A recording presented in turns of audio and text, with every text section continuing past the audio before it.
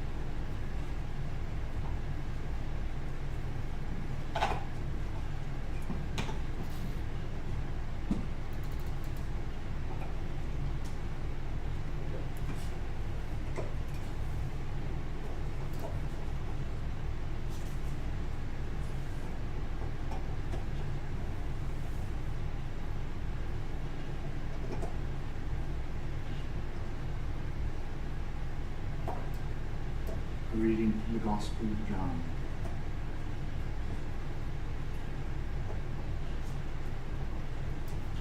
Almost.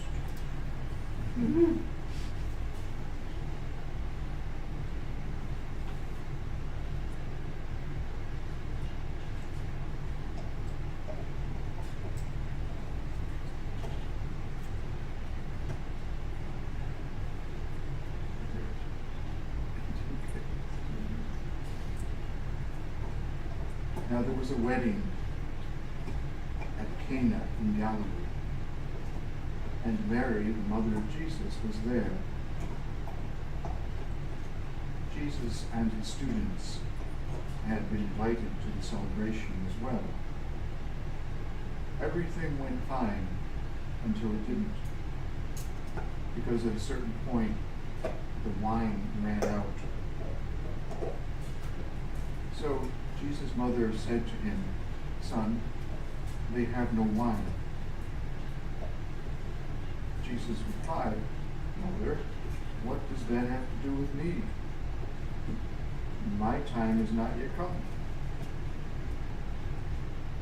So, rather than argue with her son, she simply instructed those waiting on the tables to do whatever he tells you. Those of us that had mothers understand this all too well. As prescribed for Jewish ceremonial washings, there were 6 large stone jars at hand, each one holding between 15 and 25 gallons. So Jesus said to the servers, "Fill those jars with water. Fill them to the brim." And so they did. I'm sure with some question. "Now," Jesus said, "draw some out and take it to the caterer." They did as he instructed. The caterer tasted the water, which had then been turned into wine, without knowing where it had come from. The only ones who knew were those waiting on the tables, since they had drawn the water. The caterer called the bride and groom over and said to them in the hearing of everybody, "People usually serve the best wine first. And then, when the guests have been drinking too much, a lesser vintage is served and nobody seems to notice. But what you've done is to keep the best wine until now." This was the first of Jesus' miracles, and he performed it at Cana in Galilee.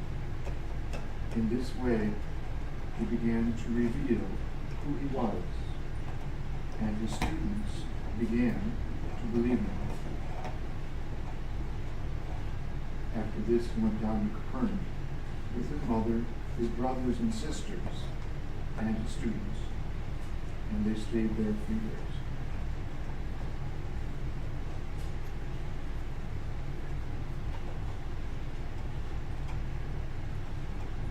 I love that story, and it's beautiful in many ways, and it's funny in other ways.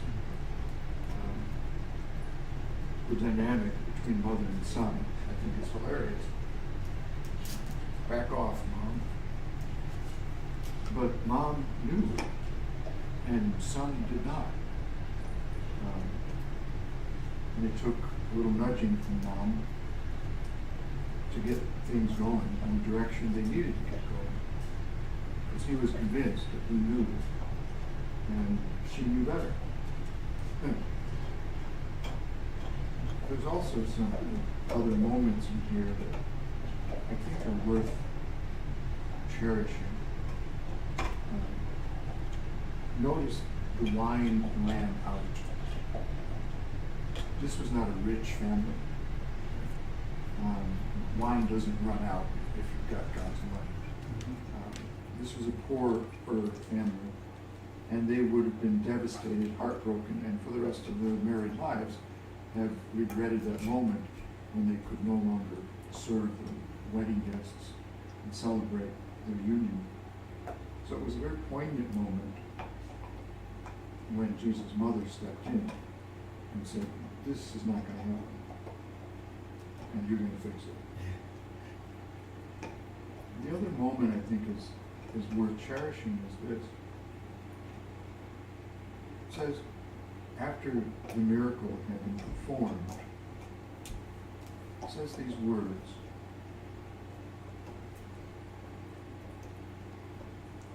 "No one knew where the wine had come from, except the ones who were serving, waiting on tables." I've never waited on tables. I've served as a gas station attendant. I've never waited on tables, but there are certain things that people who wait on tables know. And they can't really tell others because they won't understand. See, Tom?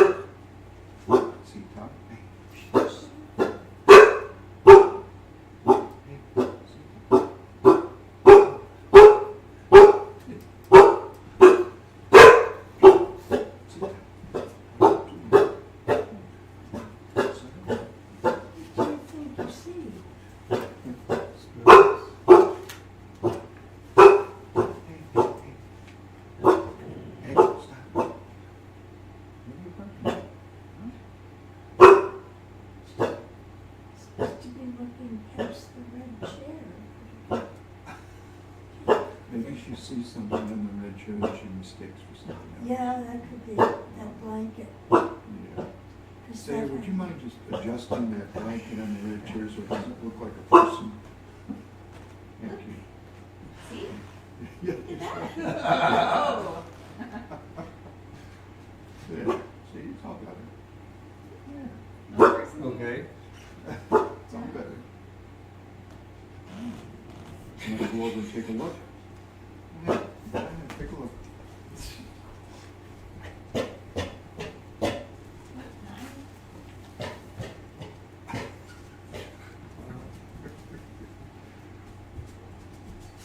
There, you happy? Sit tough. Get down. Damn. Sita.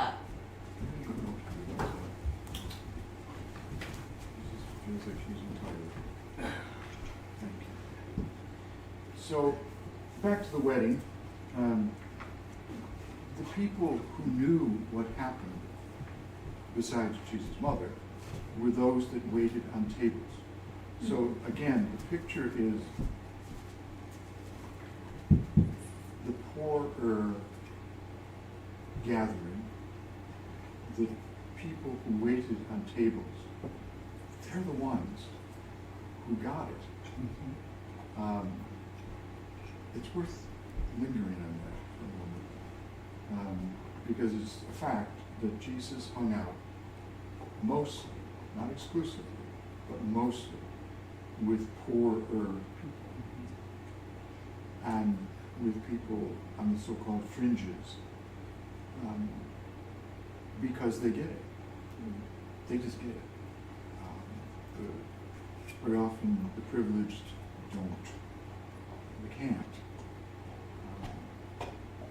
But in this case, it's clear that he went to a gathering that was mostly poorer folks,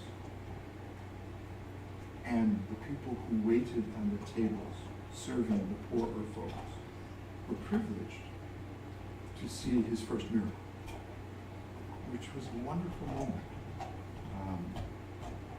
That for the rest of history, 2,000 years ago, I don't know that it's really appreciated all that much. But there it is. And we can ask why he performed a miracle, apart from his mother's nudging. Did it have much effect? It seems to have had a huge effect, not just on the people immediately present, but for days, months, even years to come.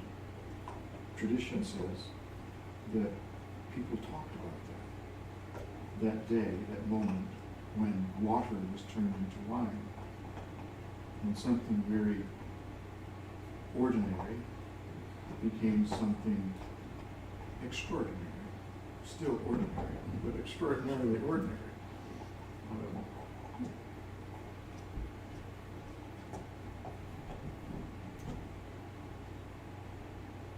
And then it says, in this way, he revealed who he was.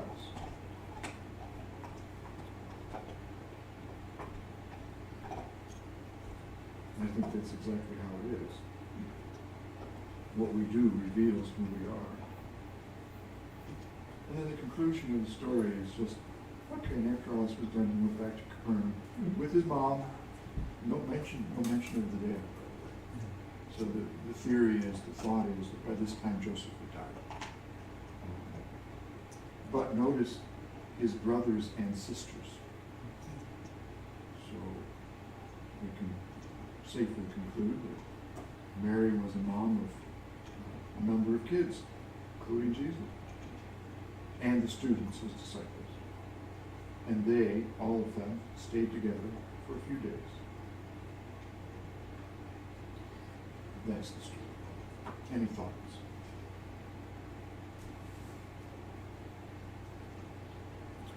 I guess the servants were happy after the wedding. Mm. That would be 120 gallons of wine that he made. Wow. You did the math. Yeah. You- And normally, the servants don't Yeah. get to eat or drink of the, Right. but nobody knew it was there. Nobody knew how much there was, and there was lots of it. Plenty for everybody. You know, Yeah. even after the wedding. Yeah. You know, Yeah.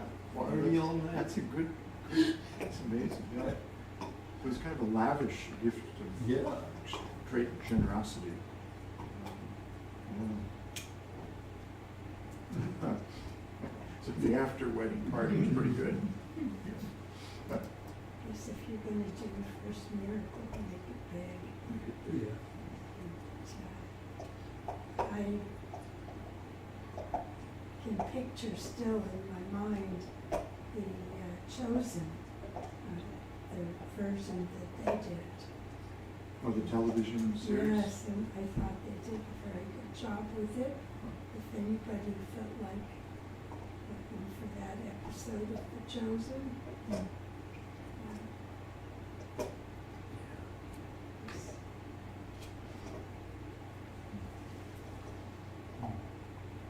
We've been talking about how like the wait staff were the ones who witnessed Jesus' first miracle.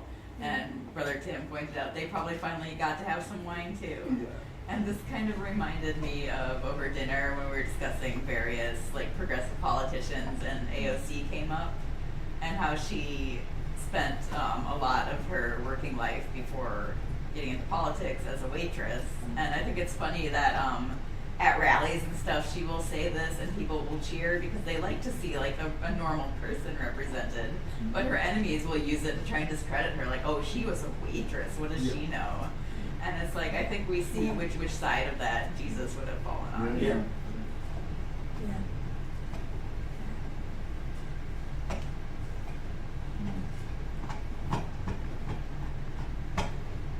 Maybe too, some of the denominations, like Christian denominations today, that are focused on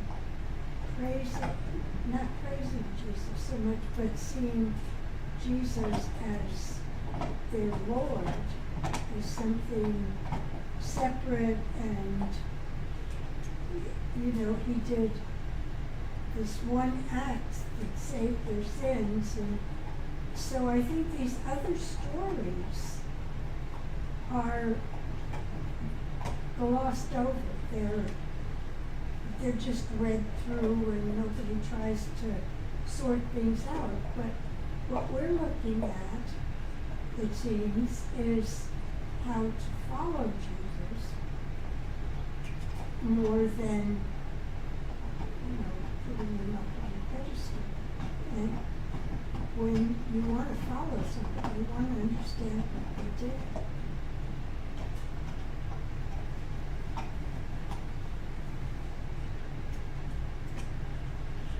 It's going to be a little bit of a shocking moment for the students too. He's Yeah. obviously been teaching them, probably telling them who he is and things that are going to happen maybe. But to actually experience right in front of you for the first time in public, it's like, holy crap, we're going to be going around in public doing stuff like this? You know, I mean, it would take it to a whole new level. It would, yeah. There's a moment in the Chosen, what you mentioned, Sister Ruth, at the beginning of this episode where it portrays the wedding, where the students they're always dissatisfied with Jesus. They're always questioning, doubting, disagreeing, because that's what students do. And no difference in this case. And so they're at the wedding, and their very first response is, why are we at a wedding when there's so much need in the world, so much that needs to be done, and we're at a party, dancing, and it shows Jesus, of course, doing dancing. It's a wonderful moment.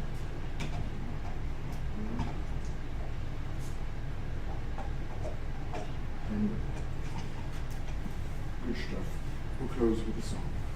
Yes, we do.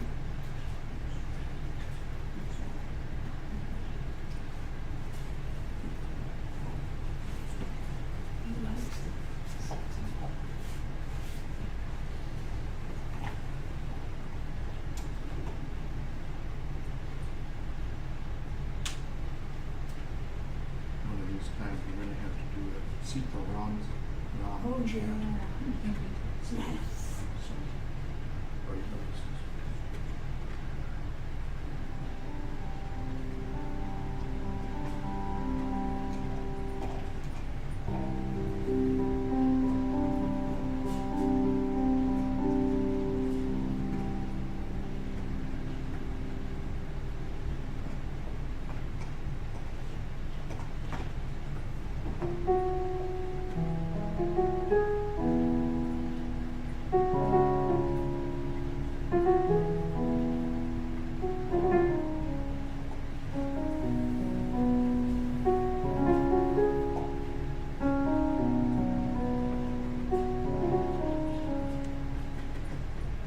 And the night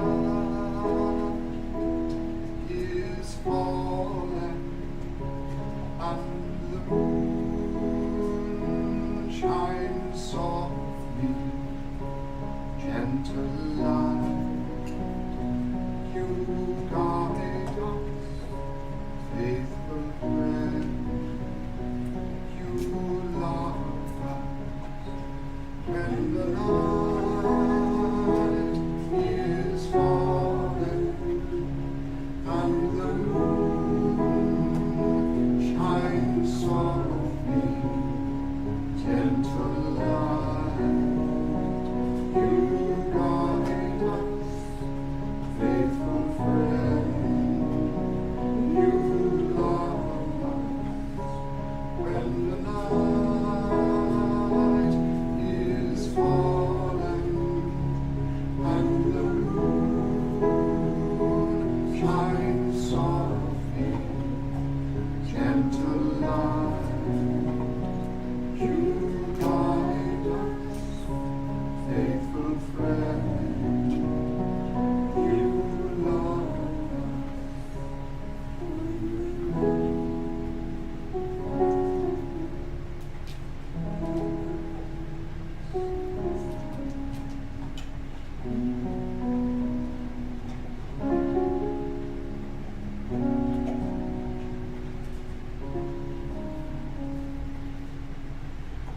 close of this day, we give thanks to you for your great love, for all the earth and everyone and everything in it, and for this beautiful moment in Jesus' life, celebrating the love of two people, providing what they needed to support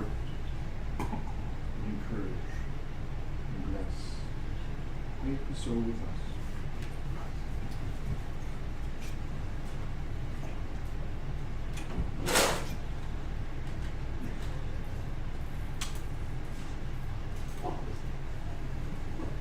Your startle reflexes are pretty good. Your startle reflexes. Yeah. Are pretty good.